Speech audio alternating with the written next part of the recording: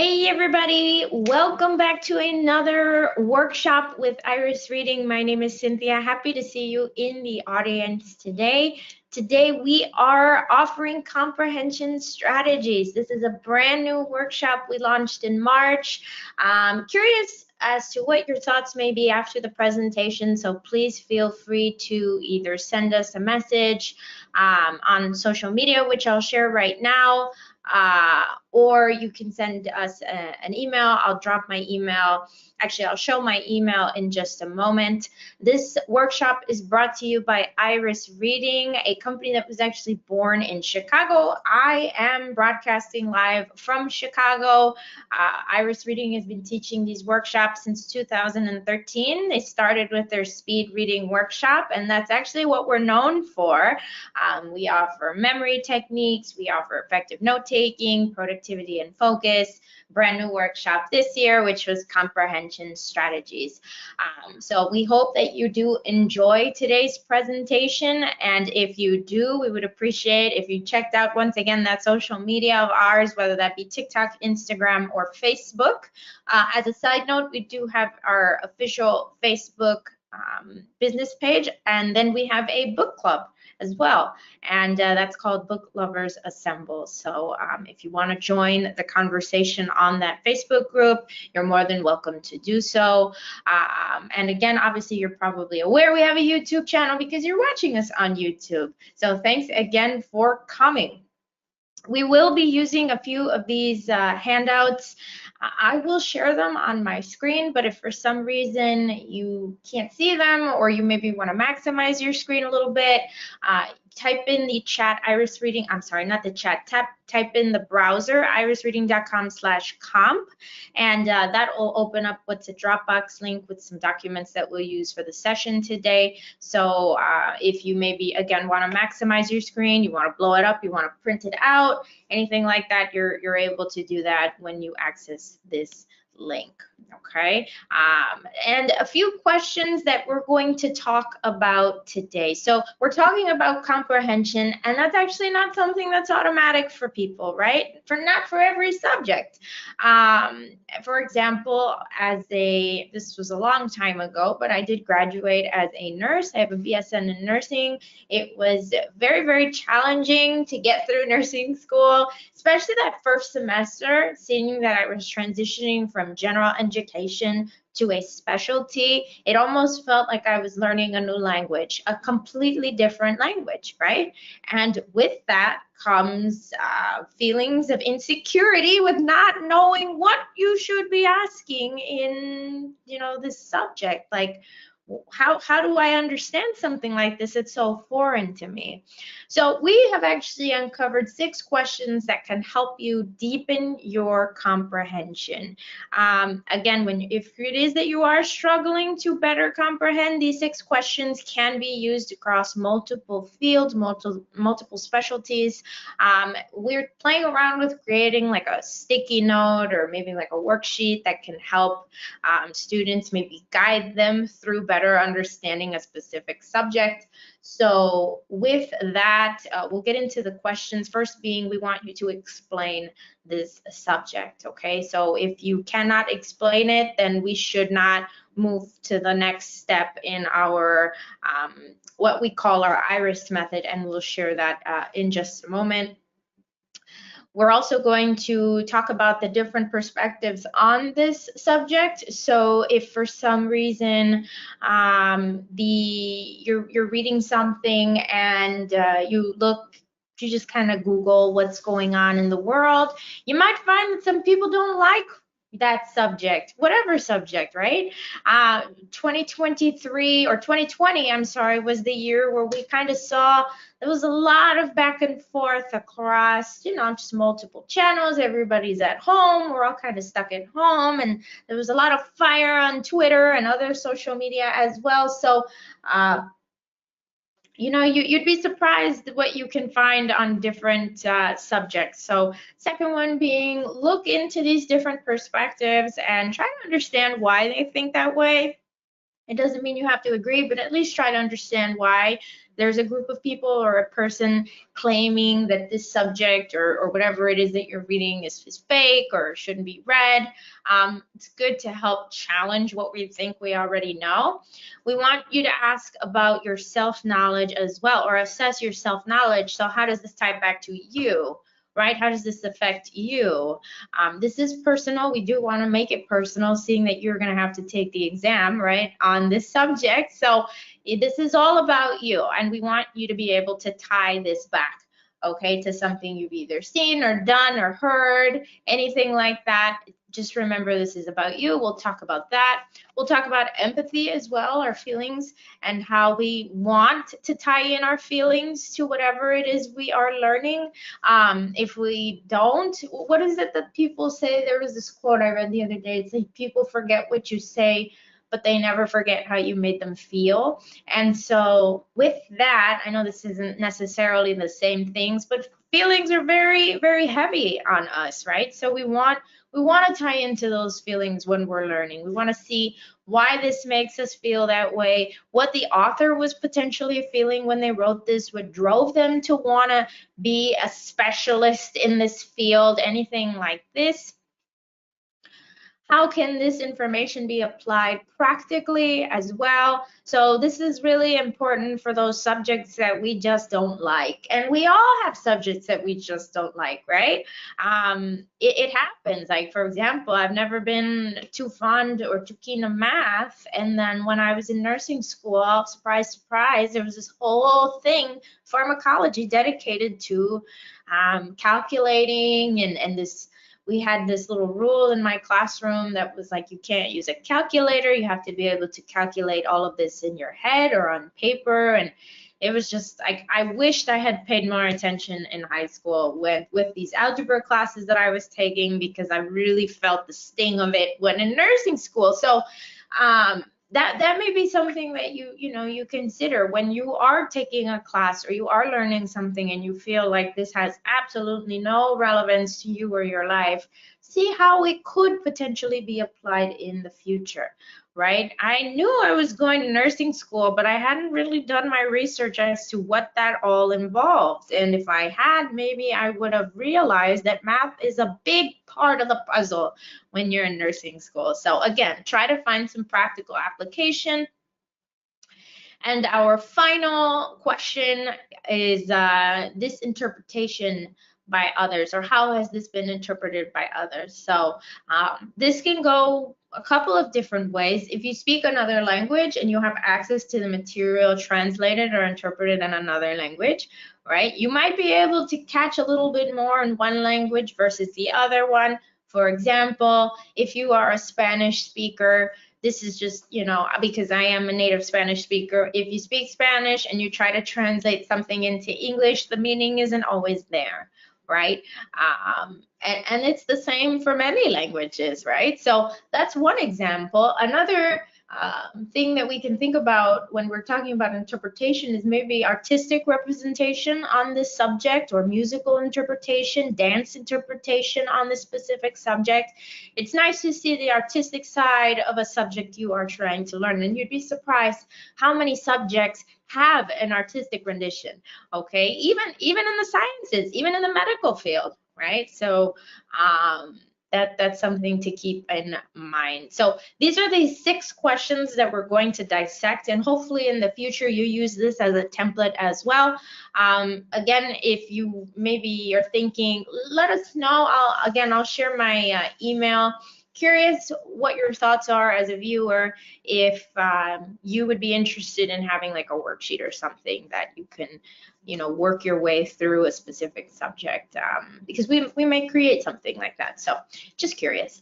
Now let us talk about assessing comprehension, because comprehension is, we know all of the standardized reading exams, right? They want to see if we have good comprehension. But the sad thing is, by the way, we're going to be reading something right now So back to that Dropbox link, irisreading.com/comp, you're going to look at the article called focusrituals.pdf.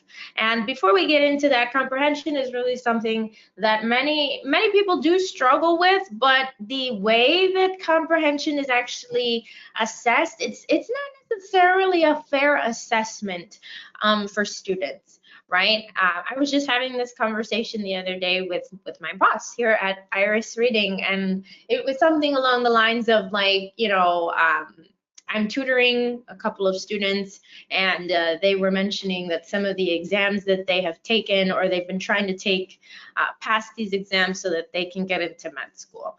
And they're bad test takers. That's just, they're very bad test takers, but that doesn't mean that they're not competent individuals. They just don't know how to take exams. They're not good at it. And so for the first exam that one of the students took, she scored like a 53% on the exam.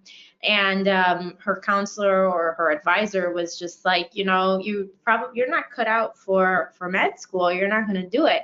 But when you talk to this student and when you ask her about, we were talking about some subspecialty in nephrology, which is, the study of kidneys. When you talk to her, she knows so much. It's just, again, these exams, they don't necessarily fit the mold of how she not only reasons, but how she's maybe acclimated to taking exams, right? And so she's getting these low scores. And of course, I'm working with her to be a little bit of a better test taker, but that's kind of how these comprehension exams, they work, right? They're not always the best. They're not always fair for us. So what we're going to do now, we're going to read through something. I'm going to give you 2 minutes to read it. By the way, again, one more time, just emphasizing if the words on my screen are a little too small, so this is what we're going to read, just type in your browser, irisreading.com/comp, and you'll find, look for the article entitled focusrituals.pdf. Now, I will give you up to 2 minutes to finish reading this article, but this is not a race, so read to understand. Read as much as you can. Normally, okay, 2 minutes, and I will disable my webcam, and just because I don't want to distract you all while I take a sip of coffee. Okay, so 2 minutes, you'll notice the timer going off right here, and afterwards, just I want like a rough guesstimation of what your comprehension was for when reading this article. Here we go, everyone. 2 minutes. 3, 2, 1, go.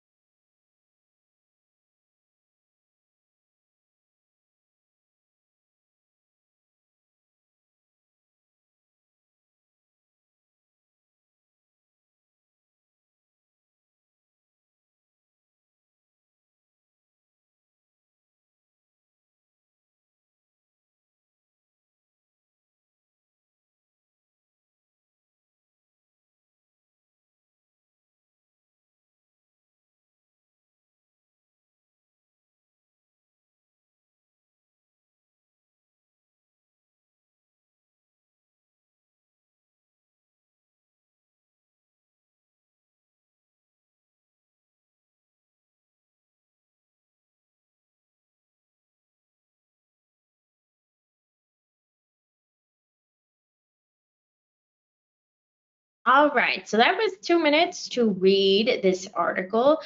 Remember what we said, how comprehension, these standardized reading tests, they're not always, they don't always get your actual comprehension, because, if you're taking an exam and let's say you only answer, which by the way, we have to also mention, these are timed exams.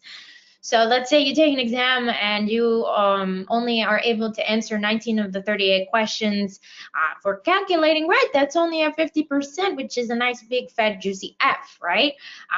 But what if we looked at this a little differently? Let's say that you answered 19 questions.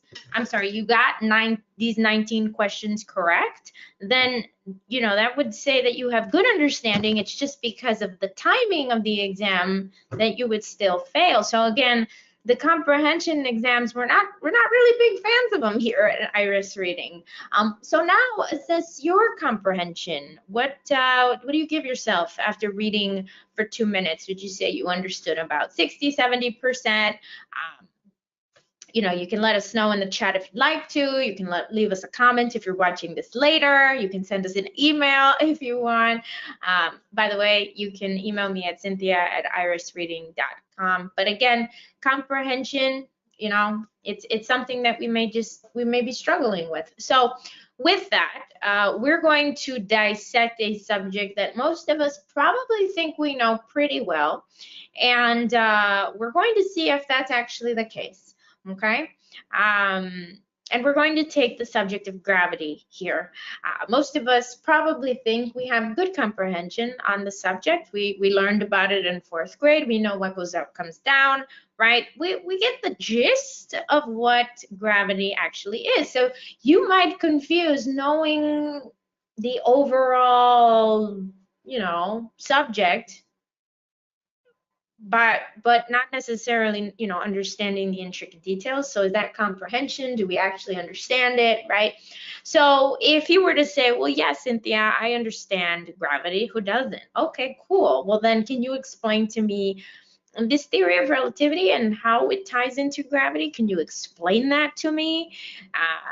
Can you explain to me, the details of this theory? Can you explain to me how quantum physics ties into gravity, or even how distance ties into gravity as well? If you can't, then we probably don't have as good an understanding of gravity as we thought we did, right? And we want to move on to the first step, which is explaining. Okay, so we're going to break down the subject. You're going to notice we're asking a lot of questions, and we're not going to answer all of them because we want these questions to motivate you to do some research. Okay, again, you just may not know what questions you should be asking, and that's not your fault, right? That's why we're here. That's why we created this presentation. So we might ask some questions that you may think, I've never thought about that before. And then you Google it. Great. That means we did our job and we did it well. So no worries if you can't answer one. Maybe you're just going to have to look it up. Okay. So number one, or step number one, is explain it. We want you to explain it to somebody. Now, preferably not to the wall or to the wind, and here is why. We want you to practice explaining so that someone who has no idea on this subject can and then ask you or ask questions as to why you're saying what you're saying, right? We want them to poke holes in what you think you know. Because if you cannot answer those questions, then that means that you don't necessarily understand it. And when you explain it to the wind, the problem with that is that you may run the risk of just literally regurgitating a memorized definition of something you've read in the text. So, sometimes people think that understand or explaining something, it defines good comprehension, but we can kind of, remember something we read 5 minutes ago. So if we can repeat that, that doesn't mean that we understand it, okay? So we want you to explain this so that someone asks you questions. And we're not saying like, big philosophical questions, just like why, Why is this the way it is? How is this the way it is? Right? Explain it to a child. Explain it to someone that's 5 years old. Explain it to your professor. Right? That reminds me of Feynman's technique, where you have like 2 steps in that note-taking process, where you have to explain something in complex terms as well as simple terms. Right? So it's a good challenge to see if you understand. Explain like I'm 5. I have to include a slide here, I just remembered, on that subject. There's this Reddit string that my boss, the CEO of Iris Reading, uncovered and shared with me. Explain like I'm 5 will take some really complex material and make it really, really simple, so that you could potentially explain it to a 5-year-old. Okay, so those are some good tools to use when you are looking to maybe beef up your explanation a little bit, but make it pertinent. Okay, so it's not necessarily about learning more words or making your explanation longer. It's just deepening your comprehension on the subject. Okay, so explain it to somebody. Now, the simple explanation of, well, that's just how it is, that's not a good enough reason for us. It shouldn't be a good enough reason for you either. So if I say, well, why then does the ball roll down the hill? Why does it do that? And if you say because of gravity, and I say, but what does that mean? And then you say, well, that's just because that's just how it is. That's not good. That's not a good explanation, and that means there's not good comprehension there. Okay, so we want to make sure that you are you have that good understanding. Okay, so step 1 is explaining. Now, let's say you're able to explain it. Fine, hunky-dory, all is good. Well, then what are the different perspectives on this subject now? Okay, now you may think, well, are there people who think that gravity is not a real thing? Yes, there are. There is something called the Anti-Gravity Alliance. Yes, you can Google it. They're a real organization. And again, they're called the Anti-Gravity Alliance. They say gravity is a lie. They say substantial scientific evidence has been found that gravity does not exist. In fact, there is more evidence that gravity doesn't exist than it does exist. So let's just take a moment. And maybe you're thinking, okay, well, maybe that's just one group of people. No, there's more. There's many more. Let's see, there's 3, 6, 9, 10, 11 other supporting websites that work with the Anti-Gravity Alliance. So yeah, okay, so despite if you think that this is funny, or if you think this is real, or you think this is not real, the point of these examples, again, are to get you to think about what you know, and to get you to think about why they think what they know, or they think that they know. Yeah, you know, can you challenge their reasoning? Can they challenge yours? Will they win if they challenge your reasons for believing in gravity, or vice versa? Okay, now don't think it stops here, because this isn't the only, these are not the only people that we found that don't believe in gravity. We have also uncovered the fact, this is interesting, and probably most of us have never even thought about this, the National Center for Science Education calls gravity only a theory. Now, we've got the word theory, we've got the word fact. They're not necessarily the same thing, so then what does that mean, right? Again, let's keep going. Gravity is a myth. We've got people who are writing dissertation for PhD, right? They are writing about how gravity is not real at all. And we even found an astrophysicist, Dr. Brian Keating, who does not believe in gravity. So now you may be thinking, well, I thought I knew what I knew. I guess I don't know what I know, right? Right? Whether that kind of sways your belief or not, it's something to keep in mind, okay? Do some research, see why they believe what they believe. See how you can challenge what they believe with what you know or what you claim to know. All right, these different perspectives are really, really important. Now, moving on to self-knowledge. Okay, self-knowledge. We want to tie back what you're learning to you. It is actually all about you, right? Some people may say that it's not, but it is when you're talking about reading and learning, right? You're going to have to take the test. So yeah, it's all about you. So let's think about some, some practical things that maybe you can tie in with gravity, for example. How does this affect you? Well, we want you to look for some function and purpose. Now that can be as simple as just saying, here, that's gravity, right? Maybe if you use eye drops, there's another example of gravity, right? We don't have to worry about the drops floating up into the atmosphere. They come right down, whether you miss your eyeball or not, that's besides the point, because it still flows down, right? That is function and purpose. So think about that when you are learning something. How does this affect you? What would your life be like, for example, if there was no gravity, right?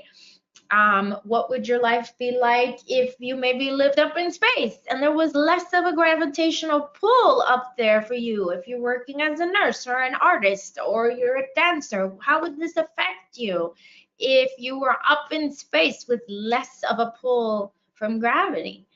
Okay, this function and purpose again, and yeah, maybe it sounds like imagination or imagining things, but this again is giving us more like a 3D type or different dimensions on the specific subject. Okay, so keep that in mind when you are again learning something. You want to tie back to you because again, remember, it is actually all about you.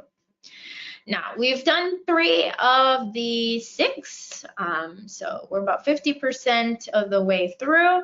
Now we're going to get into empathy, okay, empathy. Now, let's see here. We want to tie into your emotions, which is important. We said what motivated this person to maybe become a specialist in the field.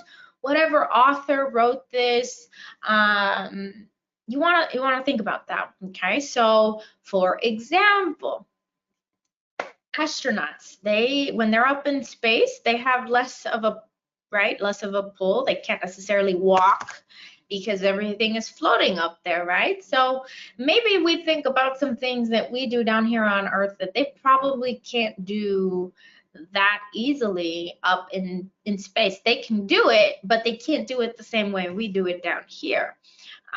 Thinking about some random things like maybe taking a shower and the astronaut is floating away. How do they take a shower? Does anyone know how do astronauts actually take showers or baths up in space?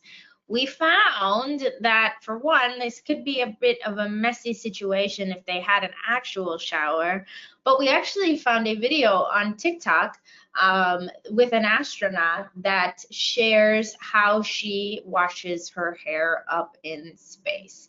And I am going to share this video. I'm not going to play the whole thing, but it kind of gives you a nice idea of what it's like for her to wash her hair up in space. So here we go. These are the things I need. A bag of warm water, a little no-rinse shampoo, towel, and my comb. What I like to do is start by just putting some hot water, squirting it onto my scalp. And I have a mirror here so I can kind of watch what I'm doing. Sometimes the water gets away from you, and you try and catch as much as you can. And I just work the water up through to the end of my hair. And I take my no-rinse shampoo and squirt it also on the scalp, just a little bit, and rub it in. Again, kind of working it up to the ends. Sometimes I'll actually take my comb to help work it all the way to the ends. And I like to take my towel while I have the shampoo in there and just kind of work it because without standing under running water, you kind of need to use the towel a little bit to help get some of the dirt out. I like to follow that by a little more water.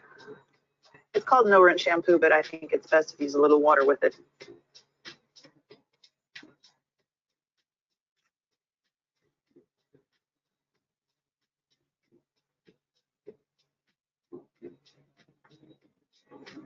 It actually feels kind of squeaky clean right now.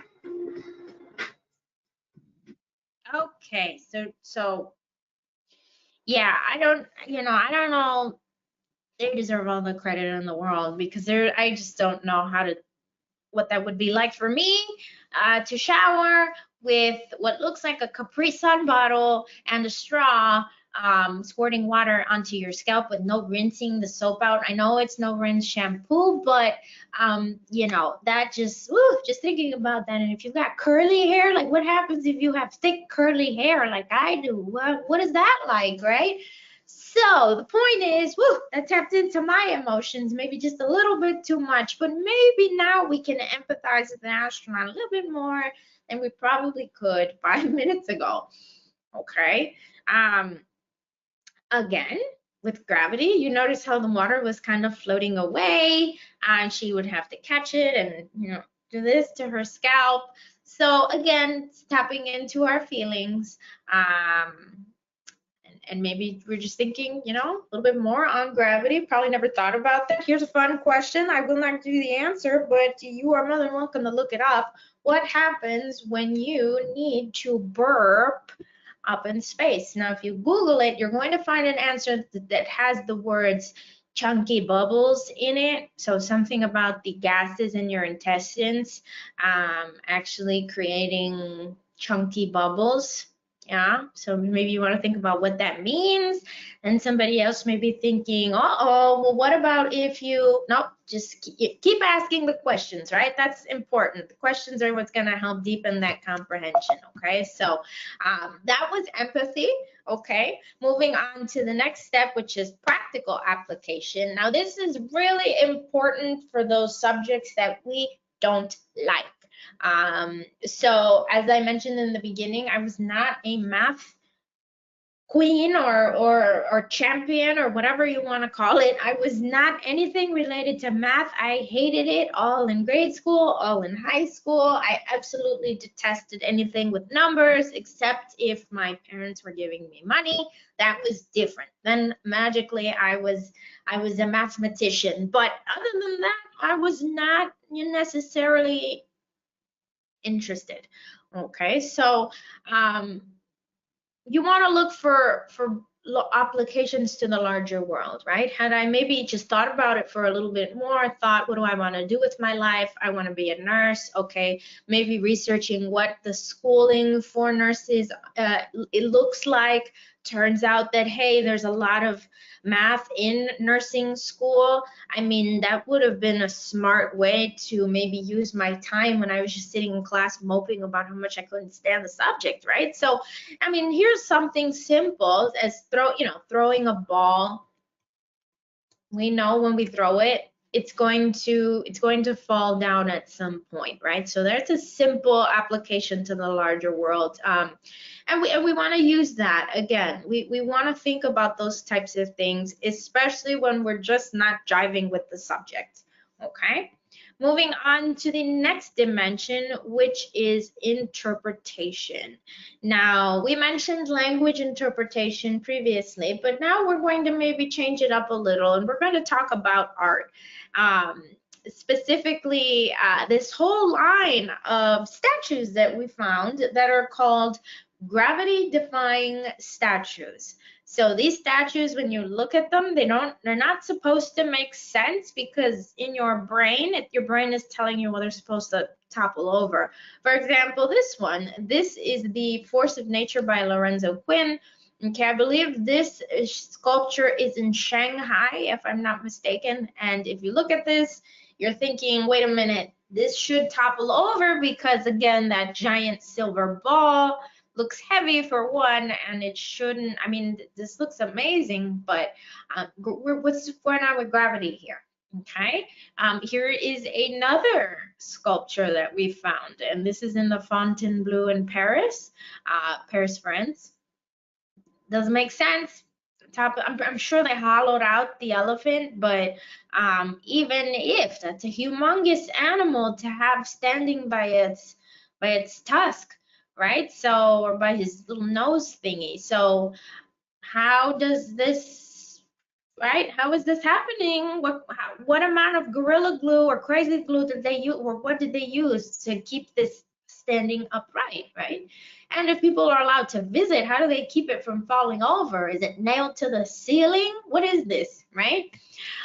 Here we have the floating rocks in Cairo. And a fun fact, we've actually had individuals who assisted in the installation of these sculptures in Egypt. They've attended these workshops and they've shared this with us in the past. So we're very happy that we had some real, some real life exposure to this. I would love to see these rocks in Egypt. I think that would be amazing. But again, it just thinking about gravity, that's not, I mean, they are gravity defying, but what's going on here that's allowing this to stand upright, okay?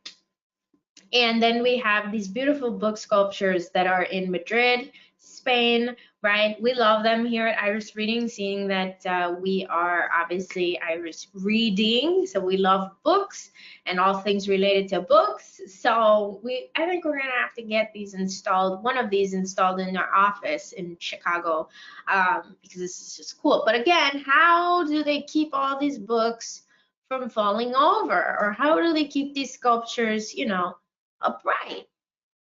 Something to think about with these gravity-defying statues. So again, let's go over the 6 dimensions again of better comprehension in case you missed any of them. Step 1 was explaining, 2 was finding the different perspectives, 3 was your self-knowledge, 4 was empathy, 5 was practical application, and 6 was artistic rendition to this subject, okay? So those are the 6 dimensions. We want to make sure that you tap into them and think about them. Make sure you're able to understand them before you move on to maybe trying to memorize something. Now we're going to share the IRIS method. We do have an IRIS method here at Iris Reading. We're very big on inspecting, and you'll notice that's the I in our IRIS method in just a moment. So we want you to inspect anything you need to read before you read it. When we're talking about inspecting, these are all the things you're looking for: the intro, the headings and subheadings, words in bold, titles of charts, tables, and diagrams, the conclusion, as well as any questions that may have been published in this piece. Okay, so we are going to try out this comprehension again. Remember, inspecting is good to help get a beginning level of comprehension. We don't want you to just start reading something, just nosedive into the material and just kind of willy-nilly it. We don't want you to do that. For example, I grew up on the island of Puerto Rico. Puerto Rico is beautiful. I live on the country side of it, so I came from the jungle because we didn't have running water or electricity where I'm from. So as kids, seeing that we didn't have electricity and water, we would go outside and we'd play in the ocean, or we'd play in the streams that are around my family's home. But you learn really fast as a child in Puerto Rico, especially when you're living in the countryside, that there are things that are living in the water and that may have been there before you got there. And so they're very territorial. And so you just want to make sure before you jump into any puddle of water that there is nothing there that will bite you or electrocute you or sting you or chase you, right? So inspect what you're about to jump into. And that applies to books too. You don't know what's waiting for you on the other side. So make sure that we're inspecting. Let's make sure we have enough time. Let's make sure we drink enough coffee if we need to, right? Anything like that, we want to make sure that we have everything we need. After inspecting, we glean it, we see, hey, you know what, this is going to take a lot of time, this is going to take a lot of focus, I'm in a lousy or in a loud place, I'm sorry, not somewhere where I can pay attention. So maybe this is not the best time. Okay, now we're going to try inspecting again, irisreading.com/comp. We're going to look for the document called flow.pdf. Let's inspect this together. So the title is Going with the Flow. Introductory quote says, life is a series of natural and spontaneous changes. Don't resist them. That only creates sorrow. Let reality be reality. Let things flow naturally forward in whatever way they like. Okay. First subheading says, realize that you can't control everything. Second one is become aware. Third is breathe. Fourth is perspective. Fifth is practice. Sixth is laugh. 7 is realize that you can't control others. And by the way, this passage is selected from the book Focus, a Simplicity Manifesto in the Age of Distraction by Leo Babauta. Okay, so we have inspected it. We have a general understanding of what will happen here in this article. Now let's finish reading the article. I'll give you 2 minutes to read it, and then we'll assess your comprehension a second time.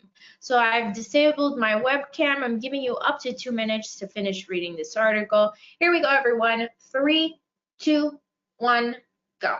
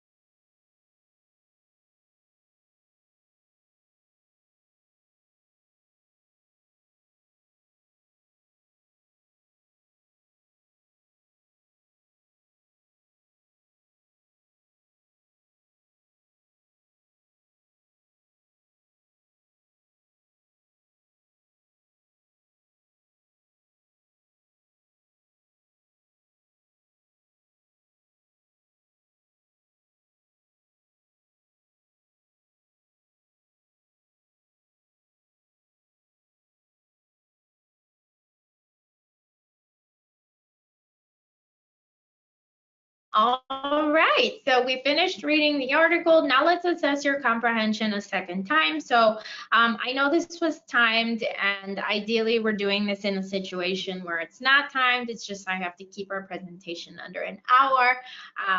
But thinking about what this article, maybe you think about empathy and how maybe you're wondering what was the author Leo Babauta going through when he wrote this? Was he struggling, or was he watching someone struggle? Maybe you're thinking about practical application, and maybe you know of someone that needs this article, right? Just some brief examples of how we tapped into those different dimensions to better understand. So if you made improvements the second time, we saw your comprehension score that you gave yourself second time be a little higher, and that's great. That means that we made improvements, but this might be the first time that a lot of us have ever done something like this. So if you didn't make an improvement, or this was maybe too fast, that's okay. This recording is going to live on this account, so you can watch me over and over again if you'd like. But again, this just means we need to practice a little bit more. Now, inspecting, again, remember, inspecting gets the gist of the information first. So now I have the pleasure of presenting to you the IRIS method. Okay, so as I mentioned, we are IRIS reading, and we do have a 4-step reading and learning process. The I for inspecting, right? We want you to inspect anything you need to read in the future before you read it. Okay, do not jump into the water because there might be an eel in there or jellyfish. Surprisingly, here's a fun fact that because of the during the COVID pandemic, less people were obviously going to the beaches in Puerto Rico, and so jellyfish started moving closer and closer to just to the sand where people actually get into the water. And so there were new restrictions that were imposed on these beaches that essentially said you couldn't get into the water. And this is fairly recent. I was just there maybe about a year and a half ago, that you cannot get into the water after maybe 5 p.m. because there will be something that electrocutes you in there waiting for you. So inspect, remember the jellyfish, okay? Inspect before you read, then decide if you are going to read or not. This is really helpful, especially for college students. If you're in class and you have to maybe work a part-time or a full-time job, you may feel like you don't have enough time. And how do you know then if you need to read something or not? Well, you do after you inspect, and it doesn't take a lot of time. And we inspected that article about 5 minutes ago, and it took us about a minute at most to inspect, okay? Next step is inquire. So we want you to ask all the questions, and we started off with 6 questions, okay? We mentioned that we want you to be able to answer these 6 questions as well before you move on to the final step, which is storing, whether you're storing it in your memory or you're storing it on a piece of paper like note-taking. I'll share quickly as well that we have a memory workshop that it's actually my favorite one to teach, by the way. And again, you can find that at irisreading.com. We also have a note-taking workshop because we're talking about storing right now. So if you're maybe struggling to take notes and it's just looking like a hot mess when you're taking your notes, check out again our website irisreading.com for those workshops that we have on there. Again, this is the IRIS method, and ideally anybody that takes our workshops, they are a little bit better at just studying. They're productive readers, they're productive learners. And I forgot to mention our #1 workshop, that's what we're known for, is our speed reading workshop. Okay, that's how IRIS reading came to exist, was thanks to that speed reading workshop. And in that workshop, we really break down the inspecting and the reading principle in this IRIS method. So if you are looking to be a little bit more of a productive reader, then you might want to check out our website for those classes. We also have advanced versions of these classes as well, so you are more than welcome to check all of that out. Now, if you have any questions, whether that be, you need some support, or you know someone that could maybe use this information, or maybe you want a copy of the book that we pulled some passages from, the author has actually given us permission to share these articles with our participants. So if you'd like a full copy of the book, I can send that to you. And my email is cynthia@irisreading.com. So feel free to reach out. Any comments, questions, concerns, please, we'd appreciate if you wrote into us, or if you left us comments in the video.